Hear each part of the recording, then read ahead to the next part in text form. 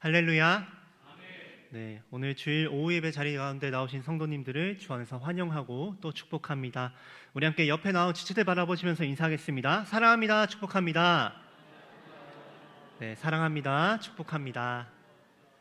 네, 오늘도 우리가 함께 모여 주님의 말씀에 귀를 기울일 때 하나님께서 우리를 통하여 놀라운 일을 행하실 줄로 믿습니다. 네, 여러분, 우리는 신앙생활을 하면서 이런 생각이 들 때가 있는 것 같습니다. 우리가 말씀을 따라서 살려고 애를 썼는데 우리의 현실은 오히려 버거워지는 그런 현실을 마주할 때가 있죠. 정직하게 하나님의 말씀에 정직하게 일을 했는데도 결과가 좋지 않을 때도 있고, 하나님의 말씀을 따라 선을 지키려 했지만 오히려 오해받고 외면당할 때도 있는 것 같습니다.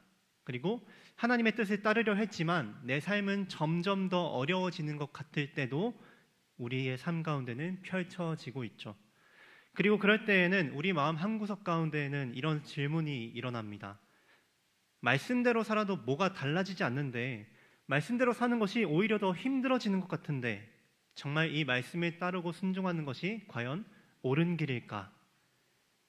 그리고 아주 솔직히 말씀에 따르는 것이 정말 현실적인 선택일까? 말씀에 붙드는 것이 나에게 정말 도움이 되는 것일까 하는 회의와 낙심이 몰려올 때도 있습니다. 오늘 우리에게 주신 시편 119편 1절에서 8절 말씀은 이런 질문을 품은 우리를 조용히 초대합니다. 시편 기자도 이러한 신자의 현실을 분명히 알았던 것 같습니다.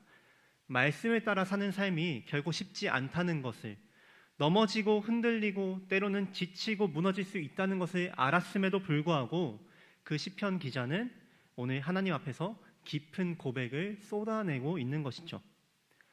오늘 우리는 이 깊은 고백, 시편 119편 1절에서 8절 말씀을 통하여서 이 고백에 따라서 과연 말씀에 따라 걷는 삶이 어떤 삶인가, 이것을 한번 살펴보려고 합니다.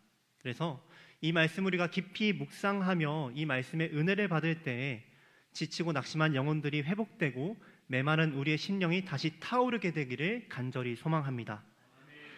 우리 함께 시편 기자의 첫 번째 고백을 먼저 한번 들어보도록 하겠습니다. 함께 119편 1절 말씀을 읽겠습니다. 시작. 행위가 온전하여 여호와의 율법을 따라 행하는 자들은 복이 있으며. 아멘. 먼저 시편 기자는 행위가 온전하여 여호와의 율법을 따라 행하는 자들이 복이 있다라고 말합니다. 여기서 가장 먼저 눈에 들어오는 단어가 바로 온전하다라는 말이죠. 행위가 온전하여. 우리는 온전하다라는 표현을 들으면은 왠지 모르게 완벽하다, 흠이 하나도 없다라는 그런 상태를 떠올리기가 쉽습니다. 그래서 이 말씀을 읽을 때 우리는 실수 하나 없고 죄 하나 없이 완벽한 삶을 온전한 삶이라고 생각을 하면서 그렇게 완벽한 삶이 복이 있다고 말하는구나 라고 이해를 하면서 부담스러워할 때가 많은 것 같습니다. 하지만 여기서 시편 기자가 말하는 온전함이라는 말은 그런 무결점의 삶을 뜻하는 말이 아닙니다. 이 온전하다라는 말은 히브리어 원어로 타밈이라는 말인데, 이 단어는 사실 말 그대로 완벽하고 흠이 없다라는 뜻으로 쓰이기도 하지만 성경 곳곳에서는 진실함, 일관성, 우리의 전심을 의미하기도 합니다. 예를 들어서 창세기 6장에서 노아는 당대의 온전한 자라고 불렸습니다. 하지만 노아는 죄 없이 완벽한 사람은 아니었죠. 그는 하나님과 동행하려는 진실한 마음을 품고 살았던 사람입니다. 그렇기 때문에 그가 온전한 자로 불렸던 것이죠. 또 신명기 18장에서는 너의 하나님 여호와 앞에서 온전하라라는 말이 나옵니다. 여기서도 온전하라라는 뜻은 절대 완벽한 행위를 요구하신 것이 아니라 하나님을 향한 우리의 마음을 우상과 다른 것으로 나누지 말고 우리의 마음을 하나로 하나님께 드려라라고 말씀하고 있는 것이죠. 즉 시편 기자가 말하는 행위가 온전하여 여호와의 율법을 따라 행하는 자라는 말은 흠이 없이 완벽한 자가 아니라 하나님의 말씀을 향해 진실하고 일관되게 전심으로 행하려는 자를 말하고 있는 것입니다. 매일 넘어지고 깨지기도 하는 우리처럼 흔들리는 발걸음 속에서도 다시 주님을 바라보는 마음, 그 마음을 가진 사람에게 복이 있다라고 시편 기자는 고백을 하고 있는 것입니다. 그래서 2절 말씀에 보면은 이 복이 있는 사람의 특징을 더 구체적으로 시편 기자는 고백을 합니다. 함께 2절 말씀 읽겠습니다. 시작. 여호와의 증거들을 지키고 전심으로 여호와를 구하는 자는 복이 있도다. 아멘. 복이 있는 사람은 하나님의 말씀을 귀히 여기고 그 말씀을 붙들려 애쓰고 삶의 중심에서 하나님을 찾는 사람이라고 말을 하고 있습니다. 여기서 전심으로라는 말도 앞서 나온 온전함과 비슷한 맥락인 것이죠.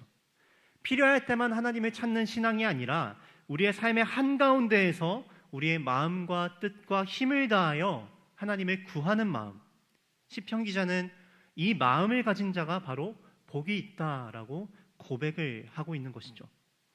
이어서 3절 말씀을 읽으면은 이 복이 있는 자는 자연스럽게 삶의 열매를 나타낸다고 말을 하고 있습니다. 함께 3절 읽겠습니다. 시작. 참으로 그들은 불의를 행하지 아니하고 주의 도를 행하는 도다. 아멘. 하나님을 전심으로 구하는 삶, 그 삶은 결국 그 사람의 발걸음과 삶의 모습을 조금씩 바꿔 나갑니다. 물론 즉시 완벽해지지는 않고 정말 완벽한 순종자가 되는 것도 아니지만 그럼에도 불구하고 앞서 말한 그 복 있는 자, 그 복 있는 자는 조금씩 천천히 하나님의 길을 결국에는 걷게 될 것이라고 3절을 통하여서 우리에게 말을 하고 있는 것이죠. 이 복이 있는 자는 죄와 불의가 자연스러운 삶이 아니라 하나님의 도를 따라 살아가는 것이 조금씩 더 자연스러워지는 인생이라는 것입니다. 이것이 바로 시편 기자가 말하는 복 있는 사람의 모습입니다.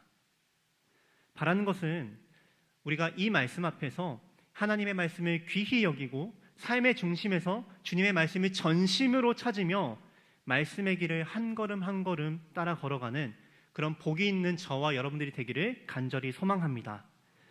그러면 이어서 함께 말씀을 더 살펴보겠습니다. 함께 4절 말씀 읽겠습니다. 시작. 주께서 명령하사 주의 법도를 잘 지키게 하셨나이다. 아멘. 시편 기자는 먼저 하나님께서 우리에게 말씀을 지키라고 명령하셨다는 것을 고백합니다. 여러분, 하나님의 말씀을 따라 사는 것은 선택사항이 아닙니다. 신자에게 하나님의 말씀을 따라 사는 것은 하나님께서 우리를 부르신 삶의 본질이죠. 근본입니다. 하지만 시편 기자는 이 명확한 명령 앞에서 그 앞에서 자신이 얼마나 연약하고 흔들리기 쉬운 존재인지를 자각한 것 같습니다. 하나님께서는 우리에게 말씀을 지키라고 말씀하셨지만 그 말씀 앞에서 우리는 여전히 흔들리고 죄를 짓는 연약한 존재라는 것이죠. 그래서 그는 5절을 통하여서 간절히 부르짖습니다. 함께 읽겠습니다. 시작. 내 길을 굳게 정하사 주의 율례를 지키게 하소서. 아멘. 여러분, 이 5절 말씀의 기도는 단순한 결심이 아니라 이것은 한 신자의 절박한 부르짖음입니다. 자신이 얼마나 연약한 존재인지 아는 자의 부르짖음의 기도인 것이죠. 그래서 자꾸만 흔들리고 넘어지는 자기 자신을 치면서 하나님께 나의 길과 발걸음을 붙들어 달라고 지금 시편 기자는 기도를 하고 있는 것이죠. 시편 기자는 자신의 한계를 부끄러워하고 숨고 하나님을 피하는 것이 아니라 오히려 자신의 연약함을 인정하고 그 연약함을 그대로 하나님께 나아가며 도움을 구합니다. 자기의 힘이 아니라 하나님의 은혜를 의지하며 살아가려는 이 고백, 이것이 바로 복이 있는 신자의 부르짖음인 줄로 믿습니다. 그리고 이 고백은 이어서 6절로 이어집니다. 함께 6절 말씀 읽겠습니다. 시작. 내가 주의 모든 계명에 주의할 때에는 부끄럽지 아니하리이다. 아멘. 여기서 부끄럽지 않다는 것은 단순히 사람들 앞에서 체면을 유지하는 것을 말하지 않습니다. 이것은 피조물인 사람이 창조주 하나님 앞에 서는 순간 내 삶 전체가 드러날 때 그때 부끄럽지 않을 것이라고 말하는 것이죠. 여러분, 우리도 신앙생활을 하면은 종종 흔들릴 때가 있습니다. 말씀을 행하고 싶지만 세상에서 지는 것만 같아서 짜증날 때가 있습니다. 주님에 따라 살고 싶지만 현실이 버거워질 때가 있습니다. 그래서 말씀을 들을 때 정말 이렇게 사는 것이 맞을까? 혼란스러울 때도 우리에게는 찾아오죠.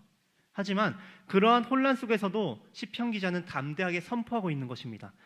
자신이 비록 넘어지고 흔들릴지라도, 그럴 때가 있어도 주님의 말씀을 사랑하고 그 말씀을 지키려는 이 길을 포기하지만 않는다면, 끝까지 하나님의 은혜를 구하며 나아간다면 그 삶은 하나님 앞에서 부끄럽지 않은 삶이 될 것이다.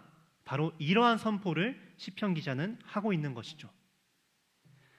사랑하는 여러분, 우리는 완벽한 사람이 아닙니다. 그러나 하나님은 완벽함을 요구하시기보다 진실하게 온전한 마음으로, 전심으로 하나님을 바라보는 마음을 기뻐하시는 줄 믿습니다. 그러니 여러분, 말씀의 길 가운데 넘어지고 흔들리더라도 포기하지 마시기 바랍니다. 그 길을, 그 포기하지 않고 끝까지 말씀을 붙잡으며 나아가는 그 길을 하나님께서 복이 있다라고 여기며 기억하면서 다시 일어나 걸어가는 복된 여러분이 되기를 간절히 소망합니다. 마지막으로 시편 기자는 말씀을 붙들면서 이 배우는 삶, 말씀을 항상 묵상하며 배우는 삶에 대한 감사를 이어서 고백합니다. 함께 7절 말씀을 읽도록 하겠습니다. 시작.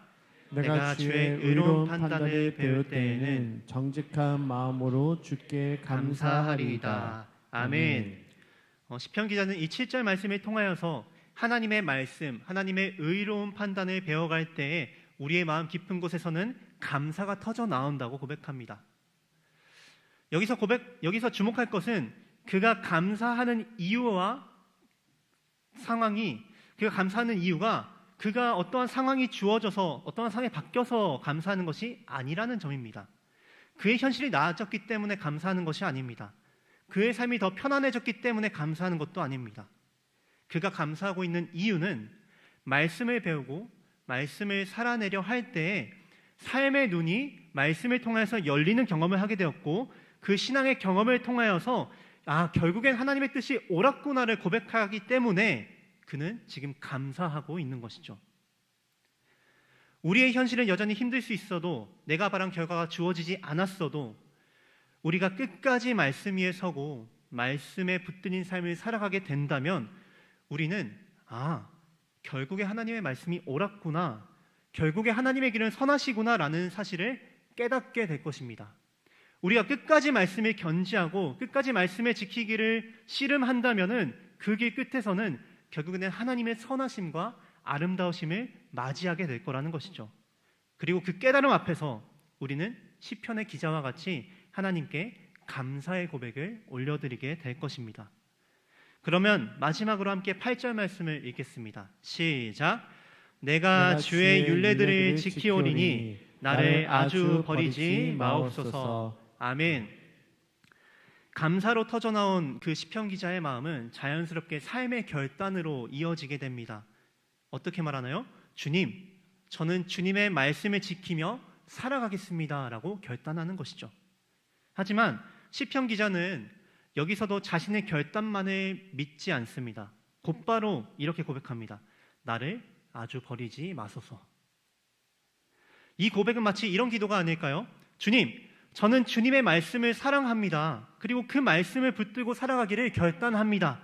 하지만 제 힘으로는 그 길을 끝까지 걸을 수가 없습니다. 그러니 제게서 주님의 그 눈을 떼지 말아 주옵소서. 이런 기도가 아닐까요? 여러분, 우리가 신앙생활을 하다 보면은 말씀을 깨닫고 감사할 때도 있고 감격 속에서 헌신을 결단할 때도 있습니다. 하지만 시간이 지나면은 우리의 다짐은 흐려지고 우리의 결단은 흔들리는 모습을 우리는 결국에는 마주하게 됩니다. 그럴 때에 우리는 이 시편 기자가 했던 고백을 돌아보아야 합니다. 시편 기자는 하나님의 은혜를 전적으로 신뢰하고 있습니다. 자신이 받은 은혜와 감격 속에서 감사하고 더 나아가 자신의 연약함을 다시 인정하면서 끝까지 하나님의 은혜를 구하는 이 태도, 이것이 바로 시편 기자의 태도였고 이 모습에 하나님께서는 복이 있다라고 말씀하고 있는 것입니다. 바라는 것은 저와 여러분들이 바로 이러한 복이 있는 신앙의 걸음을 한 걸음씩 걸어가기를 간절히 소망합니다. 이제 말씀을 마무리하도록 하겠습니다. 사랑하는 여러분, 이 시편 기자의 고백을 따라 함께 걸어오면서 우리는 한 가지 분명한 진실을 마주하게 됩니다. 무엇입니까? 복은 완벽한 성취에 있는 것이 아니라 말씀을 사랑하고 그 말씀에 따라 걷고자 하는 성도의 마음 속에 있다는 사실입니다. 여러분, 우리는 실수할 수 있습니다. 우리는 말씀에 실패할 때가 있습니다. 그리고 때로는 우리의 걸음이 흔들리고 우리의 확신이 좌지우지 될 때도 있습니다. 하지만 하나님은 우리에게 넘어지지 않는 것을 완벽한 복이라 말씀하는 것이 아닙니다. 넘어짐에도 불구하고 끝까지 말씀을 붙들고 다시 하나님을 바라보면서 한 걸음 한 걸음을 은혜를 의지하며 걸어가는 그 마음과 그 길을 복이 있다라고 말씀하고 계시는 것이죠. 그리고 오늘 이 말씀 앞에 저와 여러분을 하나님께서는 그 복된 자리로 저와 여러분을 초대하고 있는 것입니다.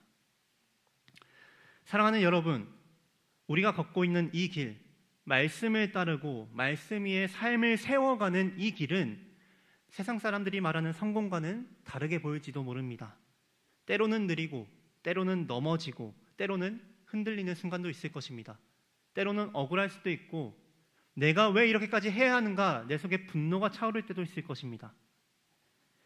하지만 말씀에 따라 걷는 이 길 위에서 우리의 연약함을 깨닫게 되고 그 연약함을 통하여서 하나님께서 부어주시는 큰 은혜를 누릴 때 우리는 진정으로 감사할 수 있을 것입니다. 그리고 더 나아가 말씀을 배우고 지키려 애쓰는 그 걸음 속에서 우리는 하나님의 의로우신 판단을 배워가고 결국에는 하나님의 말씀, 하나님의 약속이 옳았다는 것을 점점 더 깊이 깨달아 갈 것입니다. 그렇게 하루하루 말씀을 품고 걷다 보면은 나의 원함보다 주님의 뜻을 구하는 사람이 되고 때로는 울면서도 하나님이 이 말씀을 성취하시고 이루실 때를 기다리는 사람이 우리는 되어갈 것입니다. 그리고 마침내 우리는 이렇게 고백하겠죠. 이 말씀의 길을 걸어가는 나의 삶은 복이 있다. 하나님을 끝까지 구하는 나의 삶은 참으로 복이 있다. 결국에는 이렇게 우리는 고백하게 될 것입니다.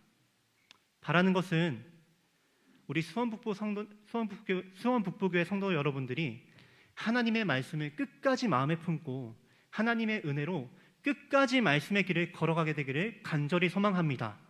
그렇게 하나님께 그런 너가 복이 있다라고 칭찬받는 그런 우리 수원북부교회 성도님들이 되시기를 간절히 소망합니다.